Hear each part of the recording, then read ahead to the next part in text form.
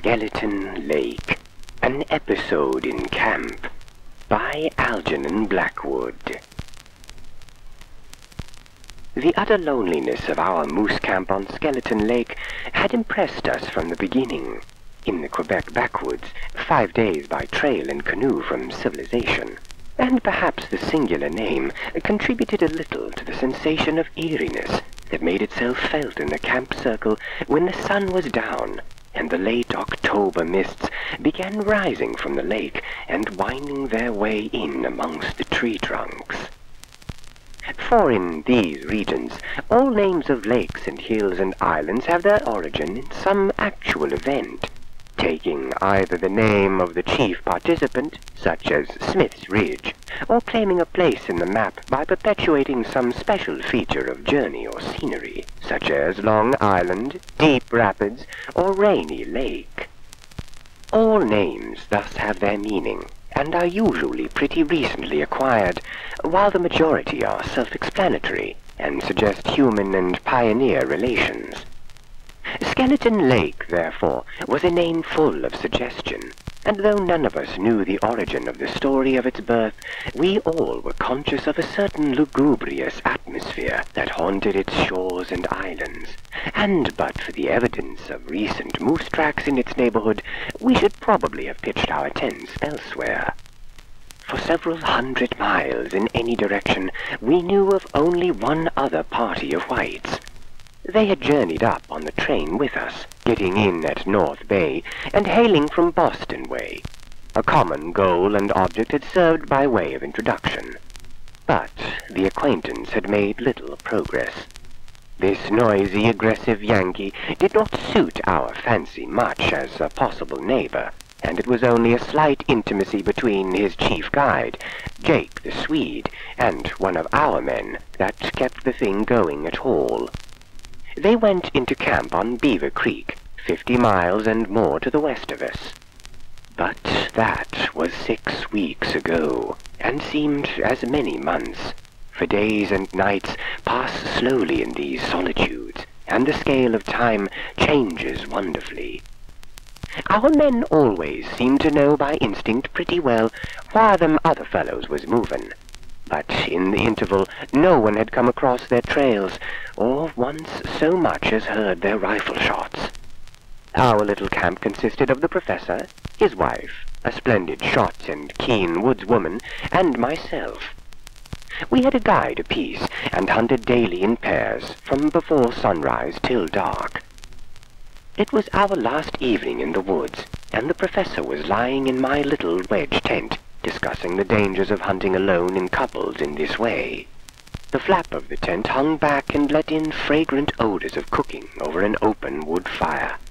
Everywhere there were bustle and preparation, and one canoe already lay packed with moose horns, her nose pointing southwards. If an accident happened to one of them, he was saying, the survivor's story, when he returned to camp, would be entirely unsupported evidence, wouldn't it? Because, you see... And he went on, laying down the law after the manner of professors, until I became so bored that my attention began to wander to pictures and memories of the scenes we were just about to leave. Garden Lake with its 100 islands, the rapids out of Round Pond, the countless vistas of forest, crimson and gold in the autumn sunshine, and the starlit nights we had spent watching in cold, cramped positions for the wary moose on lonely lakes among the hills. The hum of the professor's voice in time grew more soothing. A nod or a grunt was all the reply he looked for. Fortunately, he loathed interruptions. I think I could almost have gone to sleep under his very nose. Perhaps I did sleep for a brief interval. Then it all came about so quickly, and the tragedy of it was so unexpected and painful, throwing our peaceful camp into momentary confusion, that now it all seems to have happened with the uncanny swiftness of a dream. First, there was the abrupt ceasing of the droning noise, and then the running of quick little steps over the pine needles, and the confusion of men's voices. And the next instant the professor's wife was at the tent door, hatless, her face white, her hunting bloomers bagging at the wrong places, a rifle in her hand, and her words running into one another anyhow. "Quick, Harry! It's Rushton! I was asleep and it woke me. Something's happened. You must deal with it." In a second, we were outside the tent with our rifles. "My God!" I heard the professor exclaim, as if he had first made the discovery. "It is Rushton!" I saw the guides helping, dragging a man out of a canoe. A brief space of deep silence followed, in which I heard only the waves from the canoe washing up on the sand. And then, immediately after, came the voice of a man, talking with amazing rapidity, and with odd gasps between his words. It was Rushton, telling his story, and the tones of his voice, now whispering, now almost shouting, mixed with sobs and solemn oaths, and frequent appeals to the deity, somehow or other struck the false note at the very start, and before any of us guessed or knew anything at all. Something moved secretly between his words, a shadow veiling the stars, destroying the peace of our little camp, and touching us all personally with an undefinable sense of horror and disgust. I can see that group to this day, with all the detail of a good photograph, standing halfway between the firelight and the darkness, a slight mist rising from the lake, the frosty stars, and our men in silence that was all symphony, dragging Rushton across the rocks towards the campfire. Their moccasins crunched on the sand, and slipped several times on the stones beneath the weight of the limp, exhausted body, and I can still see every inch of the pared cedar branch he had used for a paddle on that lonely and dreadful journey. But what struck me most, as it struck us all, was the limp exhaustion of the body, compared to the strength of his utterance and the tearing rush of his words. A vigorous, driving power was there at work, forcing out the tale, red-hot and throbbing, full of discrepancies and the strangest contradictions. And the nature of this driving power I first began to appreciate when they lifted him into the circle of firelight, and I saw his face, grey under the tan, terror in the eyes, tears too, hair and beard awry, and listened to the wild stream of words pouring forth without ceasing. I think we all understood then, but it was only after many years that anyone dared to confess what he thought. There was Matt Morris, my guide, Silver Fizz, whose real name was unknown, and who bore the title of his favorite drink, and huge Hank Milligan, all ears and kind intention. And there was Rushton, pouring out his ready-made tale with ever-shifting eyes, turning from face to face, and seeking confirmation of details none had witnessed but himself, and one other. Silver Fizz was the first to recover from the shock of the thing, and to realize, with the natural sense of chivalry common to most genuine backwoodsmen, that the man was at a terrible disadvantage. At any rate, he was the first to start putting the matter to rights. "Never mind telling it just now," he said in a gruff voice, but with real gentleness. "Get a bite to eat first, and then let her go afterwards. Better have a horn of whiskey, too. It ain't all packed yet, I guess." "Couldn't eat or drink a thing," cried the other.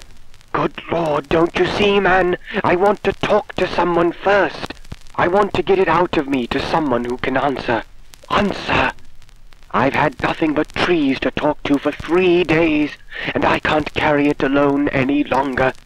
Those cursed silent trees! I've told them 1,000 times. Now, just see here, it was this way. When we started out from camp..." He looked fearfully about him, and we realized it was useless to stop him. The story was bound to come, and come it did. Now, the story itself was nothing out of the way. Such tales are told by a dozen round any campfire where men who have knocked about in the woods are in the circle. It was the way he told it that made our flesh creep. He was near the truth all along, but he was skimming it, and skimming took off the cream that might have saved his soul. Of course, he smothered it in words. Odd words, too. Melodramatic, poetic, out-of-the-way words that lie just on the edge of frenzy. Of course, too, he kept asking us each in turn, scanning our faces with those restless, frightened eyes of his. "What would you have done? What else could I do?" And, "What was that my fault?" But that was nothing, for he was no milk and water fellow who dealt in hints and suggestions. He told his story boldly, forcing his conclusions upon us as if we had been so many wax cylinders of a phonograph that would repeat accurately what had been told us. And these questions I have mentioned he used to emphasize any special point that he seemed to think required such emphasis. The fact was, however, the picture of what had actually happened was so vivid still in his own mind that it reached ours by a process of telepathy, which he could not control or prevent. All through his true-false words, this picture stood forth in fearful detail against the shadows behind him. He could not veil, much less obliterate it. We knew, and I always thought he knew that we knew. The story itself, as I have said, was sufficiently ordinary. Jake and himself, in a 9-foot canoe, had upset in the middle of the lake, and had held hands across the upturned craft for several hours, eventually cutting holes in her ribs to stick their arms through, and grasp hands lest the numbness of the cold water should overcome them. They were miles from shore, and the wind was drifting them down upon a little island. But when they got within a few hundred yards of the island, they realized to their horror that they would, after all, drift past it. It was then the quarrel began. Jake was for leaving the canoe and swimming. Rushton believed in waiting till they actually had passed the island and were sheltered from the wind. Then they could make the island easily by swimming, canoe and all. But Jake refused to give in, and after a short struggle, Rushton admitted there was a struggle, got free from the canoe, and disappeared without a single cry. Rushton held on and proved the correctness of his theory, and finally made it to the island, canoe and all, after being in the water for over 5 hours. He described to us how he crawled up to the shore, and fainted at once, with his feet lying half in the water. How lost and terrified he felt upon regaining consciousness in the dark. How the canoe had drifted away, and his extraordinary luck in finding it, caught again at the end of the island by a projecting cedar branch. He told us that the little axe, another bit of real luck, had caught in the thwart when the canoe had turned over, and how the little bottle in his pocket, holding the emergency matches, was whole and dry. He made a blazing fire, and searched the island from end to end, calling upon Jake in the darkness, but getting no answer. Till finally, so many half-drowned men seemed to come crawling out of the water onto the rocks, and vanish among the shadows when he came up with them, that he lost his nerve completely, and returned to lie down by the fire till the daylight came. He then cut a bough to replace the lost paddles, and after one more useless search for his lost companion, he got into the canoe, fearing every moment he would be upset again, and crossed over to the mainland. He knew roughly the position of our camping place, and after paddling day and night, and making many weary portages without food or covering, he reached us 2 days later. This, more or less, was the story, and we, knowing whereof he spoke, knew that every word was literally true, and at the same time went to the building up of a hideous and prodigious lie.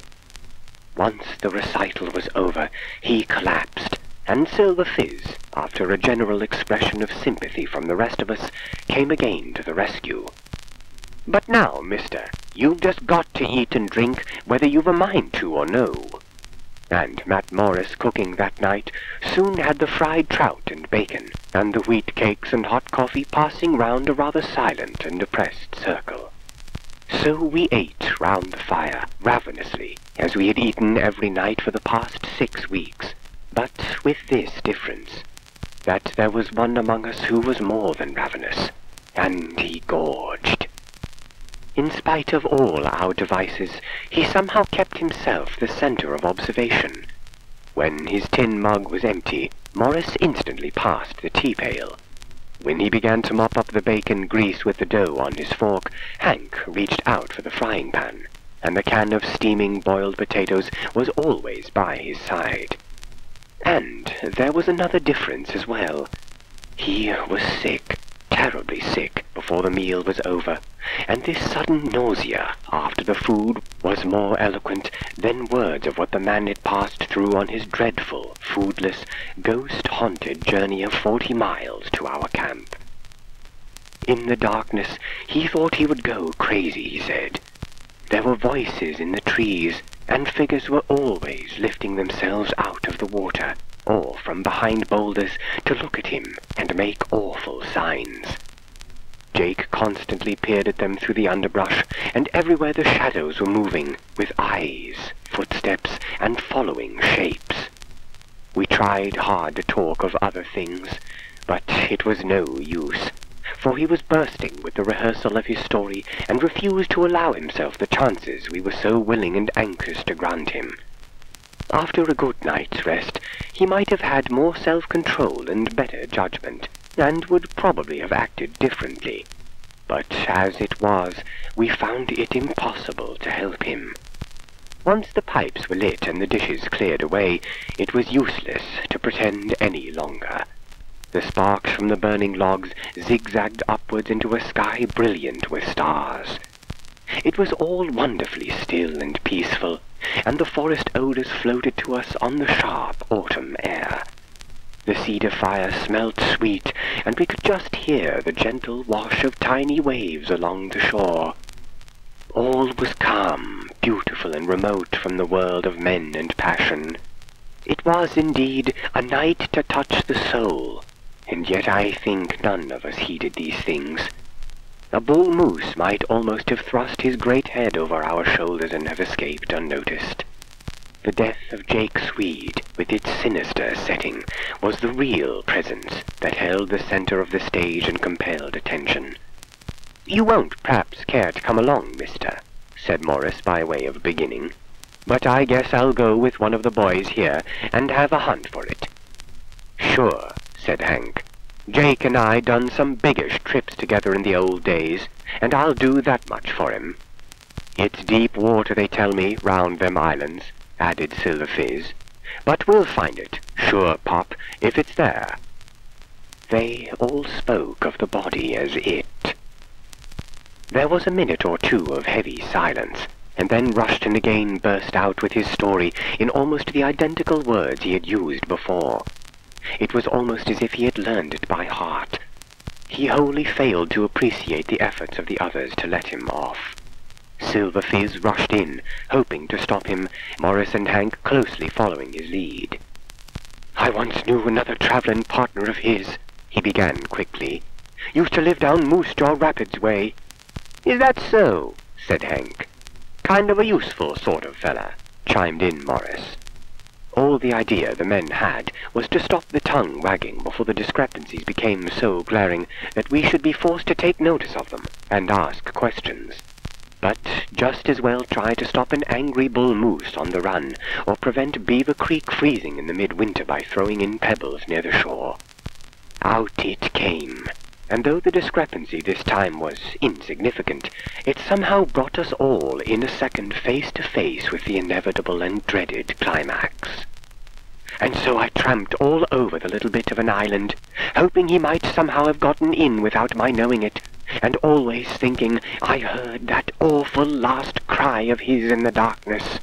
And then the night dropped down impenetrably, like a damn thick blanket out of the sky, and all eyes fell away from his face. Hank poked up the logs with his boot, and Morris seized an ember in his bare fingers to light his pipe, although it was emitting clouds of smoke. But the professor caught the ball flying. "I thought you said he sank without a cry," he remarked quickly, looking straight up into the frightened face opposite, and then riddling mercilessly the confused explanation that followed. The cumulative effect of all of these forces, hitherto so rigorously repressed, now made itself felt. and the circle spontaneously broke up, everybody moving at once by a common instinct. The professor's wife left the party abruptly, with excuses about an early start the next morning. She first shook hands with Rushton, mumbling something about his comfort in the night. The question of his comfort, however, devolved by force of circumstances upon myself, and he shared my tent. Just before wrapping up into my double blankets, for the night was bitterly cold, he turned and began to explain that he had a habit of talking in his sleep, and hoped that I would wake him if he disturbed me by doing so. Well, he did talk in his sleep, and it disturbed me very much indeed. The anger and violence of his words remain with me to this day, and it was clear in a minute or two that he was living over again some portion of the scene upon the lake. I listened, horror-struck, for a moment or two, and then understood that I was face to face with one of two alternatives. I must continue an unwilling eavesdropper, or I must waken him. The former was impossible for me, yet I shrank from the latter with greatest repugnance. And in my dilemma I saw the only way out of the difficulty, and at once accepted it. Cold though it was, I crawled stealthily out of my warm sleeping bag and left the tent, intending to keep the old fire alight under the stars and spend the remaining hours till daylight in the open. As soon as I was out, I noticed at once another figure moving silently along the shore. It was Hank Milligan, and it was plain enough what he was doing. He was examining the holes that had been cut in the upper ribs of the canoe. He looked half ashamed when I came up with him, and mumbled something about not being able to sleep for the cold. But there, standing together beside the overturned canoe, we both saw the holes were far too small for a man's hand and arm, and could not possibly have been cut by two men hanging on for their lives in deep water. Those holes had been made afterwards. Hank said nothing to me, and I said nothing to Hank, and presently he moved off to collect logs for the fire, which needed replenishing, for it was a piercingly cold night, and there were many degrees of frost.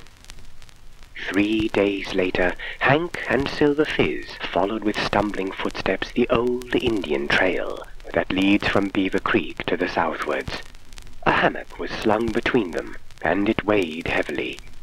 Yet neither of the men complained, and indeed speech between them was almost nothing.